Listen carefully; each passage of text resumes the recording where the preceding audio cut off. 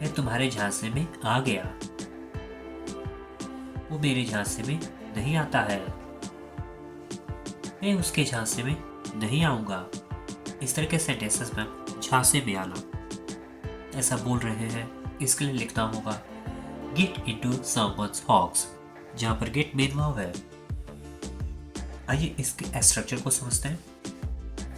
सबसे पहले आपको लिखना होगा सब्जेक्ट, इसके बाद सब्जेक्ट के अकॉर्डिंग हेल्पिंग वर्ब, फिर आप लिखेंगे गेट इनटू समवन्स हॉक्स, जो अदर वर्ड्स होगा उसको लिख लेंगे। आइए इसको एग्जाम्पल से और अच्छे से समझ लेते हैं। मैं तुम्हारे झांसे में आ गया। I got into your hoax. वो मेरे झांसे में नहीं आता है। He does not get into my hawks. मैं उनके झांसे में नहीं आऊंगा। I will not get into their hawks. उसके झांसे में मत पड़ो। Don't get into his hawks.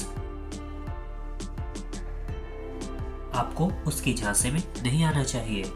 You should not get into her hawks. मेरी बहन उसके झांसे में आ गई है। My sister has got into his hawks. एक होमवर्क आपके लिए जिसका रिप्लाई को इसी वीडियो के कमेंट सेक्शन करना है। बच्चे जादूगर के झांसे में आ गए। मुझे किसी भी हालत में आपकी मदद नहीं चाहिए। मैं किसी भी हालत में बदलूंगा नहीं। वो तुम्हें किसी भी हालत में माफ नहीं करेगी। इस तरह के सेंटेंसेस में हम किसी भी हालत में नहीं ऐसा बोल रहे हैं, इसके लिए लिखना होगा ऑन नो अकाउंट। आइए इसके स्ट्रक्चर को समझते हैं। सबसे पहले आपको कंप्लीट सेंटेंस को लिखना होगा, जो सेंटेंस आपको बोलना है। इसके बाद आप लिखेंगे ऑन नो अकाउंट। आइए इसको एग्जाम्पल से और अच्छे से समझ लेते हैं। मुझे किसी भी हालत में आपकी मदद नहीं चाहिए। I need your help on no account. मैं किसी भी हालत में बदलूंगा नहीं। I will change on no account. वो तुम्हें किसी भी हालत में माफ नहीं करेगी। She will not forgive you on no account. आप किसी भी हालत में किसी से मदद मत मांगना।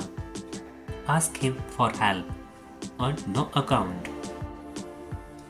किसी भी हालत में दरवाजा खुला मत छोड़ना। Leave the door open on no account. किसी भी हालत में तुम झूठ मत बोलना। You tell a lie on no account. एक होमवर्क आपके लिए जिसका रिप्लाई को इस वीडियो के कमेंट सेक्शन करना है। किसी भी हालत में यह नहीं करूंगा।